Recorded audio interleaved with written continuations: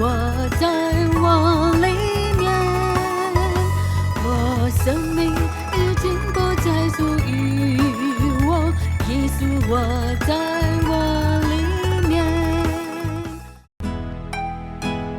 Haleluya, puji Tuhan. Kalau saya ada sampai saat ini semua adalah kemurahan Tuhan. Dan saya rasa ini juga pengalaman kita semua. Kalau kita masih bisa hidup sampai saat ini semua adalah kemurahan Tuhan. Dan apa yang saya ingin sampaikan adalah bagaimana pertolongan Tuhan dalam kehidupan saya, yang saya sendiri sebenarnya tidak ingat kejadiannya karena waktu itu saya masih sangat kecil. Saya hanya diceritakan oleh orang tua saya bagaimana saat itu saya menderita sakit. Mungkin ya itu beberapa puluh tahun lalu, itu mungkin tifus, dan pada saat itu ada satu keluarga hamba Tuhan dari Amerika, yaitu Bapak dan Ibu Peterson, yang waktu itu berada di Jakarta. Dan pada saat saya mengalami sakit, panas yang tinggi, dan dari apa yang saya dengar dari almarhum ibu saya, mata saya seperti sudah tidak kelihatan hitamnya lagi, tinggal putih. Didoakan oleh Bapak Pendeta Peterson dan Ibu. Dan orang tua saya sudah berserah sepenuhnya. Sehingga setelah didoakan, apa yang diceritakan pada saya bahwa ibu saya meletakkan saya di tempat tidur dan mereka berserah. Apa yang Tuhan mau, terjadilah. Begitulah kira-kira. Dan mereka seperti sudah berserah. Kalaupun Tuhan mau panggil, Tuhan mau mengambil nyawa saya, kedua orang tua saya pun sudah siap saat itu. Tetapi kemurahan Tuhan, sekali lagi hanya dengan kemurahan Tuhan saya bisa masih ada sampai saat ini. Dan kalau saya masih ada sampai saat ini, seperti ada lagu yang mengatakan kita harus mempergunakan kesempatan yang ada untuk melayani Tuhan. Memang saya baru melayani Tuhan 100% baru 2-3 tahun ini mungkin. Kalau saya harus melihat ke belakang, bagaimana saya lebih banyak menjalani hidup ini untuk kehidupan dunia. Menghabiskan waktu untuk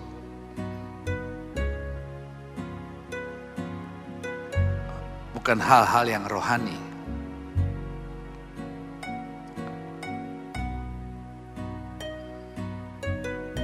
Sebagai anak hamba Tuhan, tentunya kedua orang tua saya sangat mengharapkan, dan saya tahu mereka sangat mengharapkan saya untuk terjun dalam ladang Tuhan 100%. Tetapi sekian banyak tahun saya berusaha untuk justru tidak masuk dalam pelayanan atau dalam pelayanan di gereja. Walaupun ya ada sedikit-sedikit saya membantu, tapi kalau harus dihitung waktu yang saya berikan untuk melayani Tuhan dengan waktu yang saya berikan untuk pekerjaan sekuler, itu jauh tidak seimbang. Tetapi apa yang saya mau katakan bahwa saya tidak bisa lari dari panggilan itu.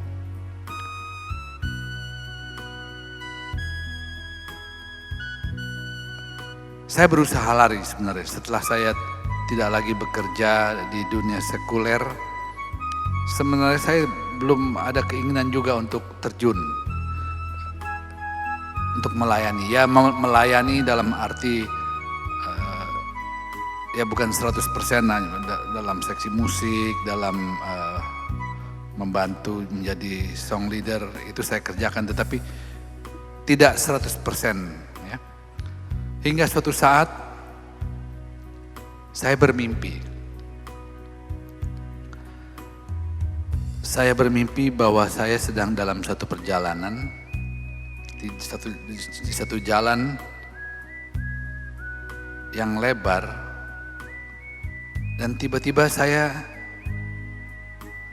sampai di ujung jalan itu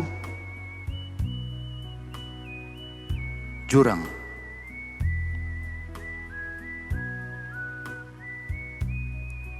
Hanya sampai situ mimpi saya. Saya berjalan sampai satu titik di mana saya tidak bisa maju lagi karena di depan saya ada jurang yang dalam. Saya terbangun, tapi saya berpikir ya ini mungkin ya hanya mimpi ya. Selang beberapa waktu, mimpi yang sama terjadi lagi. Exactly the same dream. Mimpi yang benar-benar sama seperti yang saya lihat beberapa waktu sebelumnya. Itu saya lihat lagi. Mimpi itu datang lagi. Di jalan depan jurang. Artinya kalau saya terus berjalan, maka saya akan masuk ke dalam jurang itu dan binasa.